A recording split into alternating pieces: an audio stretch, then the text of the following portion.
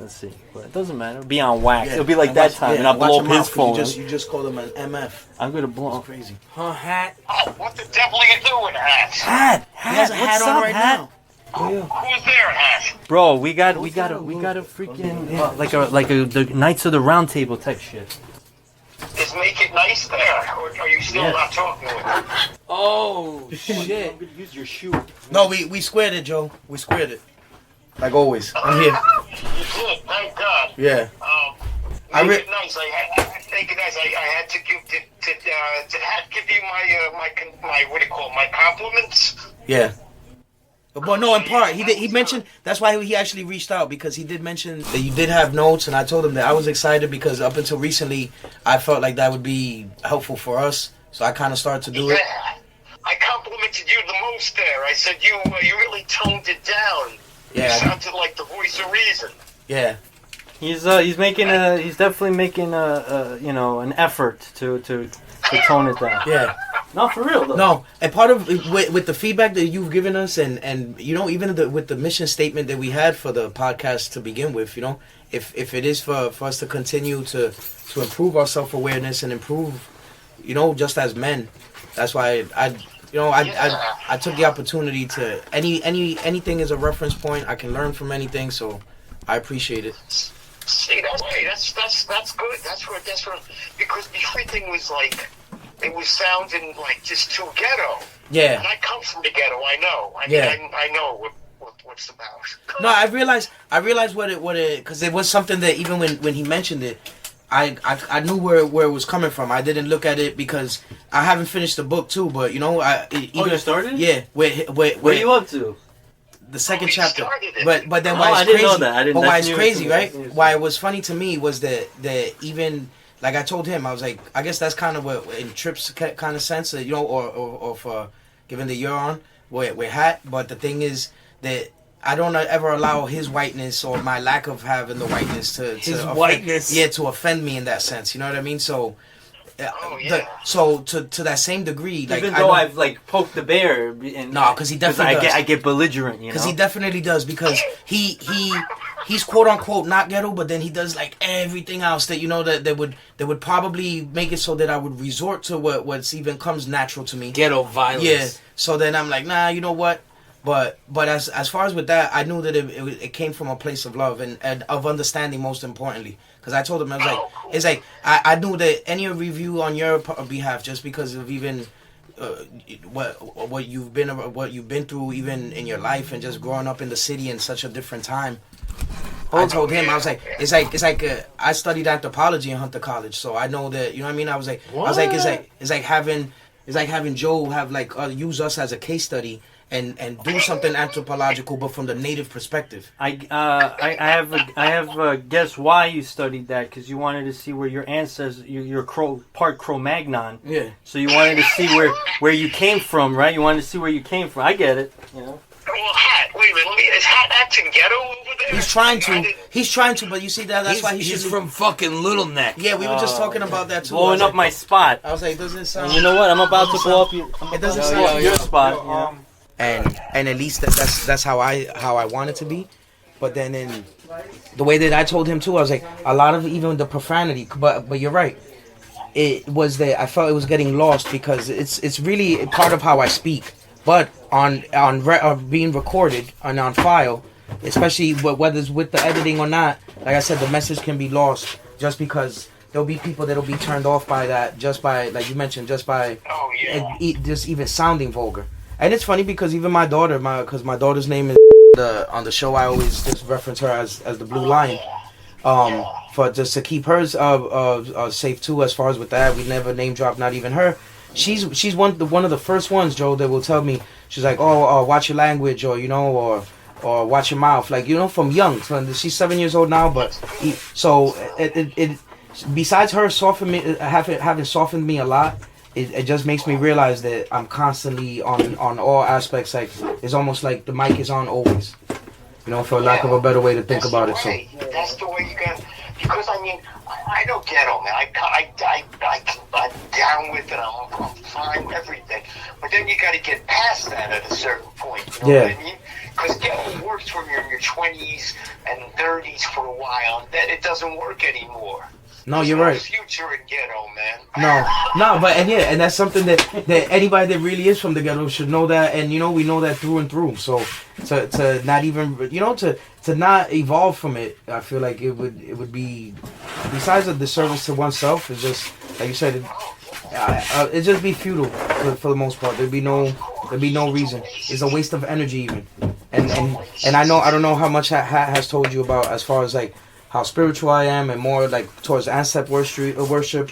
I do, I did grow up Catholic, and there are still a lot of things that from the Judo-Christian like aspect I do respect and I do see. But it's one of those things too that, again, for the mass appeal and just to be universally accepted. Because even, like people always mention, and it's not even like seeking to be great, but coming from where I'm from, it would be good to just be. I always I would joke around and tell them I wanted to be like a diplomat. So in that sense, to be an ambassador of even for my block, for my neighborhood, I think it's important. Yeah, well, it shows, and it also shows maturity, man. Because that stuff is basically immature, in my opinion. No, yeah, it's the easy way out, because a lot of it, even with the humor, because he would know too, because I think we're kind of both like that. For as smart as we are and as articulate as we can be, it will be sometimes the most little silly crap that really like gets us really all wound up. Well, but like you mentioned, we talked about it. We talked about it today. Like, it's like I saw a lot of myself in like the way he was acting, and that's what kind of ticked me off. But then a self-realization happened where I was like, why do I act like that? Like, I gotta change to. So it was good. It was like a good. And I didn't want to put it also all on Hat, but what I also tell him too is that mainly, and he knows, because like, so even the way I kind of want to be and what I endeavor to do more than anything is to look for light, for light and progress for my spirit.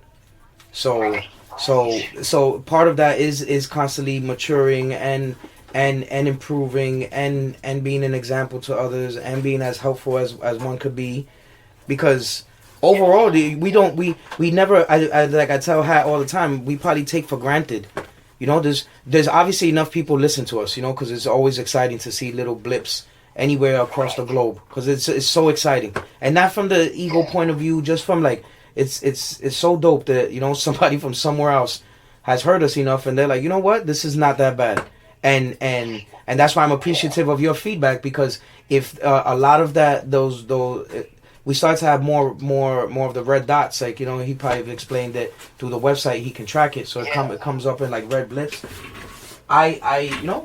You both directly and indirectly have impacted those red dots for us, because with your feedback and being honest and being able to let us know, like, all right guys, this is cool, it sounds good, we're making waves, we're hearing you, but like let's get beyond, like, it's like I tell them, it's like we gotta get beyond the frat boy humor or the fart jokes or whatever.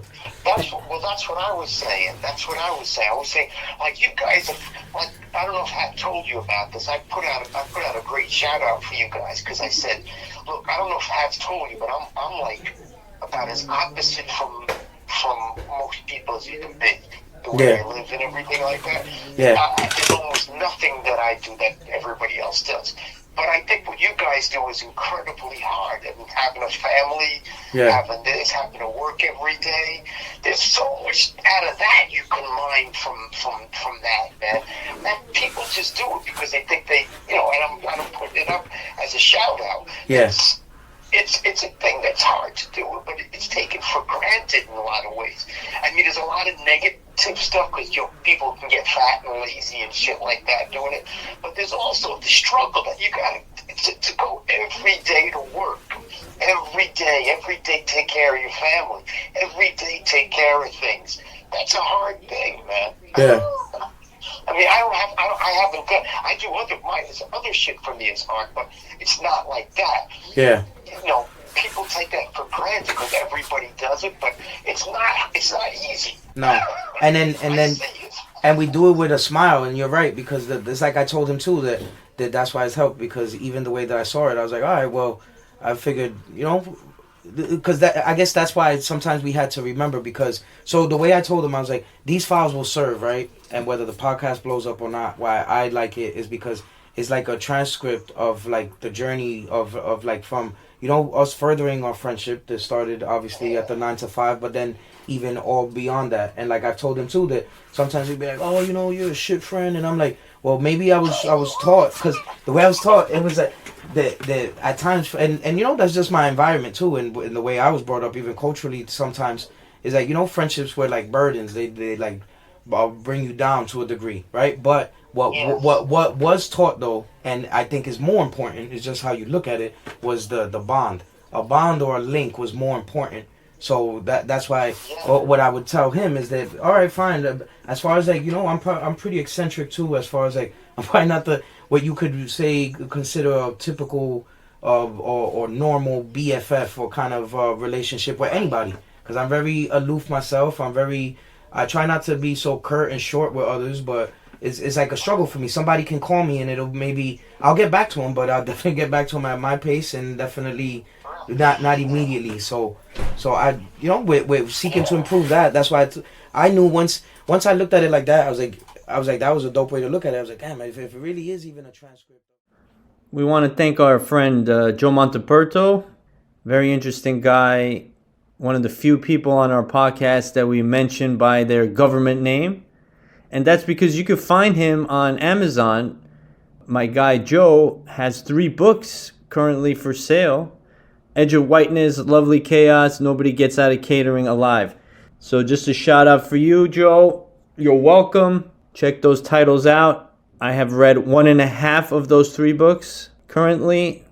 And the one that I did read was fantastic, The Edge of Whiteness. I even gifted that to make it nice. And he started that, as you have heard on the episode. So thanks again, Joe. And be good, everyone. Stay spiritual. Yay! Yeah, it doesn't sound like I was telling him. So I was telling him, I was like, even the sound of the time when he's from. I was like, even the sound of the time he's from, it doesn't sound too menacing. Oh, I'm on Channel 9. Thank you, bro. Perspective, and